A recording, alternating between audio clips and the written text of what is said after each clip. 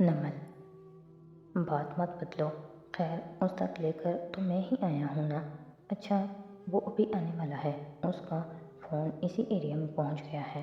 Ahmar car में बैठा tablet पे जीपीआरएस चेक कर रहा था। सादी अब निगाहें इधर उधर दौड़ाता इतराब का जायज़ा ले रहा था। मैगज़ीन हाथ में था और पी के अपने चेहरा ढाँप रखा था। और ये तभी था कि उसने वो आवाज़ सुनी, सीटियों की, केकों की। उसने चौंक के गर्दन फेरी। प्लाजे के कोने वाली दुकान के ऐन सामने एक लड़का बैसाखी का सहारा लिए खड़ा था। उसके होंठ टेढ़े से थे और वो नफ़ी में सर हिलाता कुछ कह रहा था, मगर उसके गिर्द घेरा तंग किए खड़े 3 लड़के उसको बोलने का मौका ही नहीं दे रहे थे। वो तमस्खुराना अंदाज में हंसते हुए कुछ कह रहे थे। अलबत्ता एक लड़का अब गुस्से में बोलने लगा था। माजूर लड़के ने जवाबन कुछ कहा तो उसने खींच के उसके मुंह पे थप्पड़ दे मारा। इधर मत देखो, अपने काम पे फोकस करो। कान में अमर की मोहताज आवाज़ आई तो वो सर झटक के ऑफ कोर्स कहता दूसरी जानिब देखने लगा। अलबत्ता चेहरे पे इज़्तिराब सा फैल गया था। कनखियों से वो देख सकता था कि माजूर लड़का अब पीछे हटना चाह रहा था, मगर वो इसकी तरफ तीनों इतराब से बढ़ रहे थे। माजूर लड़के ने सामने वाले के सीने पे हाथ रख के उसे परे हटाना चाहा, मगर जवाबन दूसरे ने उसकी बैसाखी को पाँव से धकेला। दूर रपट कर गिर गई वो। सादी, वो आने वाला है, फोकस करो। ये आदमी आज हमारे हाथ से जाना नहीं चाहिए। मुझे पता है, बार बार उनकी तरफ मत देखो।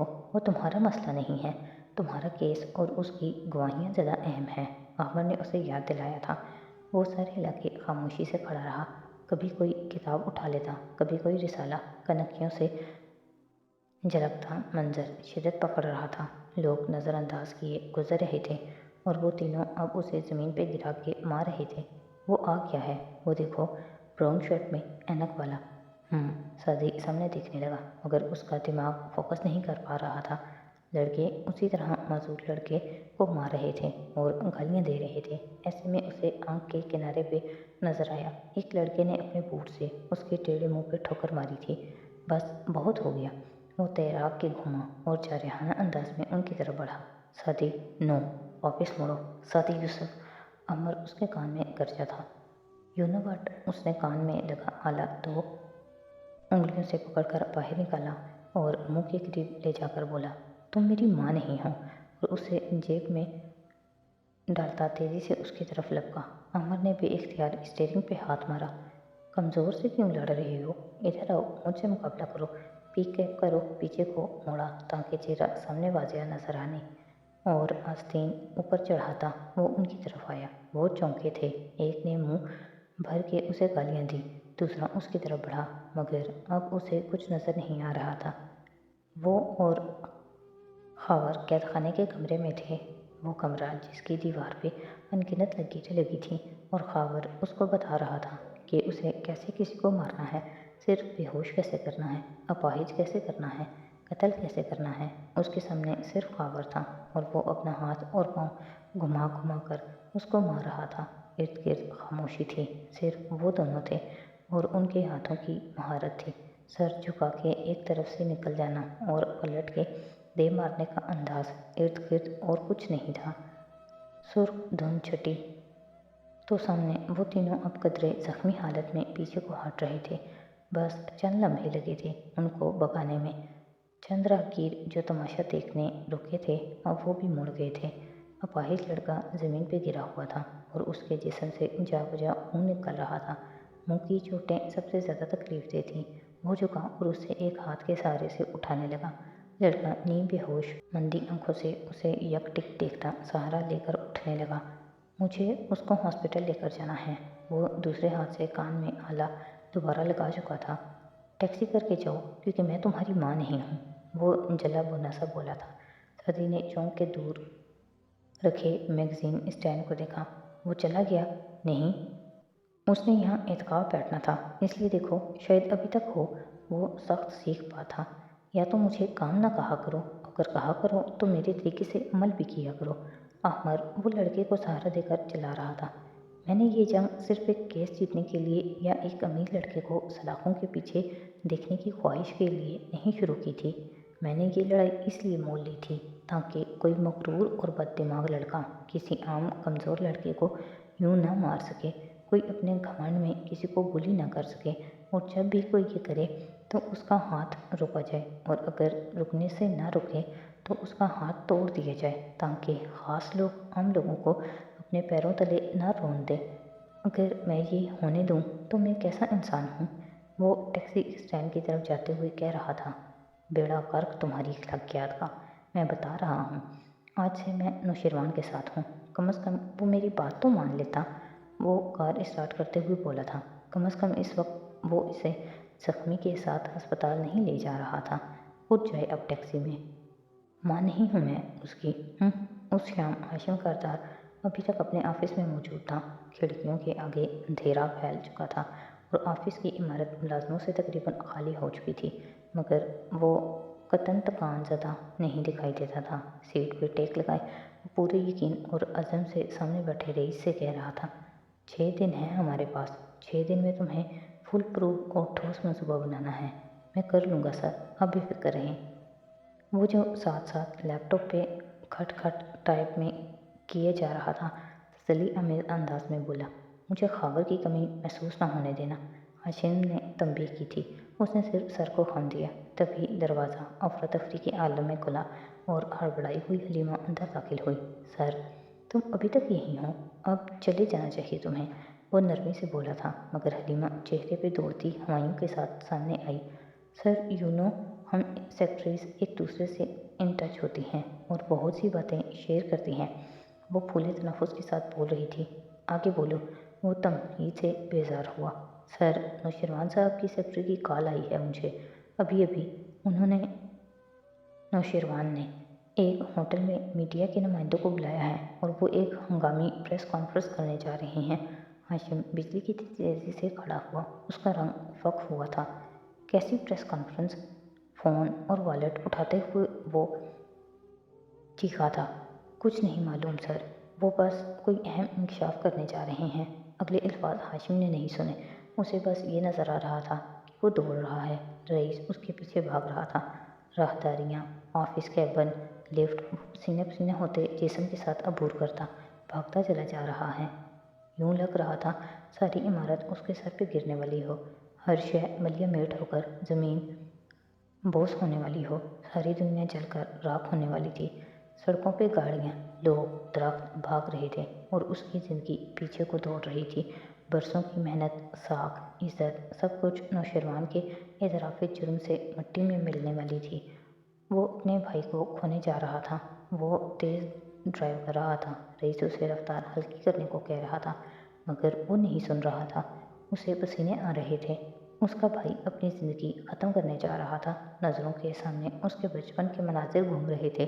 وہ سیڑھیاں چڑھتے ہوئے بار بار لڑک کر گر جاتا تو وہ جھک کر اسے اٹھاتا، اسے سنبھالتا، اس کی انگلی پکڑ کے اسے ان دشوار زینے پار کرواتا۔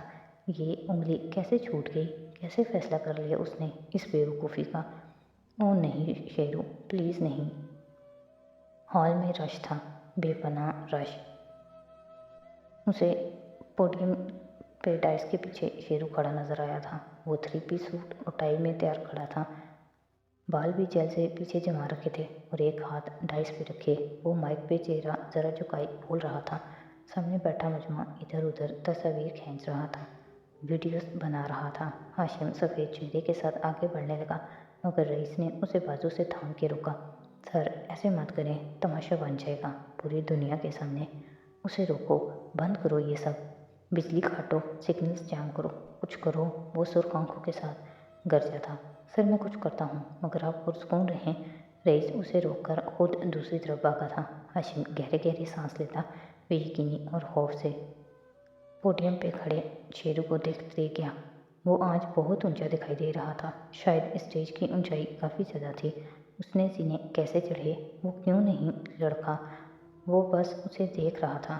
میں جانتا ہوں کہ آپ لوگ مجھ سے پہلا سوال یہی پوچھنا چاہتے ہیں کہ میں نے سعدی یوسف پہ حملہ کیا تھا یا نہیں، اس لیے بتاتا چلوں کہ کیس عدالت میں ہے اور اس بات پہ بات کرنا منع ہے، لیکن میں صرف وہی کہوں گا جو میں کہہ سکتا ہوں۔ بولتے ہوئے اس کی نظریں نیچے مجمع کے درمیان کھڑے ہاشم پہ جا ٹھہری۔ دونوں کی نگاہیں ملی۔ ہاشم نے देखते गीले चेहरे के साथ नफ़ी में सर हिलाया, गोया मिन्नत की हो। मत करो शेरू, खुदारा मत करो मेरे भाई। और मैं आपको इस केस के बारे में वही कुछ कह सकता हूँ जो मैंने पहले दिन अदालत में कहा था। मैं बेगुनाह हूँ और मैंने सादी यूसुफ पे हमला नहीं किया था। अदालत को फैसला करने दे, वो क्या फ़ैसला करेगी ये मैं नहीं जानता, लेकिन मैंने यहाँ आपको इस बात के लिए नहीं बुलाया। हाशिम करतार बिल्कुल ठहर गया। आंखों में बेयकीनी और हैरत लिए वो यकटिक उसे देखे गया। रिपोर्टर्स धड़ाधड़ लिखे जा रहे थे, क्लिक क्लिक तस्वीरें उतारी जा रही थी। मैं आज एलानिया तौर पे अपनी कंपनी के बारे में कुछ बताना चाहता हूँ। ये कंपनी हमने अच्छी नीयत से शुरू की थी और उसको चाइना में रजिस्टर्ड करवाया था। हमारा मकसद ये था कि हम टरबाइन्स बनाकर हुकूमत को बेचें ताकि वो इनको थर्कोल पावर प्रोजेक्ट में कोयले से गैस बनाने के अमल में इस्तेमाल कर सकें। मेरी कंपनी आज इस आसामी के लिए हुकूमत की नज़र में एक मजबूत उम्मीदवार है और हो सकता है कि हम ये टेंडर हासिल भी कर जाएं। मगर हाशिम बिल्कुल सुन सा खड़ा। यकदम बिजली बंद हो गई। हाल में गुप अंधेरा छा गया। शोर सा बुलंद हुआ। हाँ हूँ की आवाज़ें आईं, मगर इवेंट ऑर्गेनाइज़र जल्दी जल्दी से सबको खामोश कराने लगा। कैमरों के फ्लैश ऑन कर लिए गए। अंधेरे में फिर से सफ़ेद रोशनी हो गई। सिर्फ माइक का मसला था, मगर पोडियम पे खड़े नौशरवान को परवाह न थी। वो सर उठा के बोले जा रहा था मज़ीद बुलंद आवाज़ में, मगर मैं इस बात का एतराफ़ करता हूँ कि मेरी कंपनी जो टरबाइन बना रही है और जिसमें मेरे ख़ानदान ने करोड़ों रुपया लगाया है, वो टरबाइन नाकिस है। मुझे ये एतराफ़ करने दें कि इस लोड शेडिंग से लड़ने के लिए उंगली उठाकर अंधेर हाल की तरफ इशारा किया। इस अंधेरे का मुकाबला करने के लिए थर के जिस कोयले को ज़मीन के अंदर ही गैस बनाया जाना था, इस अमल के लिए अगर किसी कंपनी की टरबाइन्स कारगर हैं तो वो शेल है। शेल के अलावा इस खित्ते की तमाम कंपनीज की टरबाइन्स नाकाम हैं और वो यूसीजी यानी ज़ेरे ज़मीन कोयले को गैस बनाने के अमल यानी कोयले को खोद कर निकाले बगैर अंदर ही गैस में तब्दील कर देने के लिए मुकम्मल तौर पे नाकारा हैं। ये प्रोजेक्ट अगर किसी कंपनी को मिलना चाहिए तो वो शेल है। शेल के अलावा हुकूमत अगर किसी और कंपनी को ये काम सौंपती है तो वो अपनी आवाम के साथ धोखा करेगी और टैक्स पेयर्स मनी को गलत जगह इस्तेमाल करेगी। पसीने पसीने खड़ा शेरवान मोबाइल्स और फ्लैश लाइट की रोशनी में सारे हाल से यकता और रोशन नज़र आ रहा था। आगे पीछे हर जगह अंधेरा था, बस उसका चेहरा रोशन था, चमकता हुआ। सारी मुदाखलत और बद इंतज़ामी के बावजूद अब सब खामोशी से सुन रहे थे। मैं इस कंपनी के CEO की हैसियत से आज रिज़ाइन कर रहा हूँ क्योंकि मैं इतने बड़े प्रोजेक्ट का अहल नहीं हूँ। मेरे खिलाफ चलने वाले ट्रायल से मैंने ये सीखा है कि मैं भी अभी तक कुछ नहीं सीख पाया, इसलिए मैं बाइज़्ज़त तौर पे अपनी कंपनी से अलग होकर एक मल्टीनेशनल में जॉब करके अप्लाई करना चाहता हूँ, जैसे मेरे बाप और भाई ने मेहनत करके अपना रास्ता बनाया, उसी तरह मैं भी मुश्किल रास्ता चुन रहा हूँ। अगर मैं लोड शेडिंग को ख़त्म नहीं कर सकता तो कम से कम मैं इन तरीक़ों की हमायत भी नहीं करूँगा जो इस मसले को बढ़ाते हैं, घटाते नहीं। इसलिए ना सिर्फ मैं अपनी कंपनी से मुस्तीफ़ा हो रहा हूँ, बल्कि अपनी पेरेंटिंग कंपनी जो कि एक IPP है उसे भी डिज़ाइन कर रहा हूँ। और आखिर में एक बात बुलंद आवाज़ में कहते हुए उसने कागजात का एक पिलंदा उनको दिखाया। मैं इस पेपर को पब्लिश कर रहा हूँ और इसकी एक कॉपी आप सबको 10 मिनट पहले ईमेल कर दी गई है। इसमें मैंने IPPs के हुकूमत से मुआहदों की रोशनी डाली है क्योंकि मैं मज़ीद अब इस निज़ाम का हिस्सा नहीं बनना चाहता जिसमें हम IPPs पूरे पैसे लेकर आधी बिजली बनाते हैं। मैं इसको बदल नहीं सकता, मगर इसके खिलाफ आवाज़ ज़रूर उठा सकता हूँ। जानता हूँ कि मुझे अब विसल ब्लोअर कहा जाएगा और मुझे शायद कोई कंपनी जॉब ना दे और कोई मेरे साथ कारोबार ना करे क्योंकि रात तक लोग मेरी कंपनी से पैसा निकाल कर उसे दिवालिया कर देंगे। लेकिन मैं अब मज़ीद खामोश नहीं रहूँगा। मैं अपनी तमाम कंपनीज पोजीशन से इस्तीफ़ा देता हूँ। शुक्रिया। अब वो पोडियम से उतर आया था, मगर हाशिम यकटिक पत्थर का बुत बना उसे देख रहा था। रिपोर्टर्स शहद की मक्खियों की तरह उस पर सवालों के लिए चिपटे थे। مگر وہ خاموشی سے آگے بڑھتا جا رہا تھا۔ وہ زینے خود چڑھا تھا اور وہ زینے خود اتر رہا تھا۔ ہاشم کے ہاتھ برف ہو رہے تھے، وہ اندھیرے میں تنہا کھڑا رہ گیا تھا۔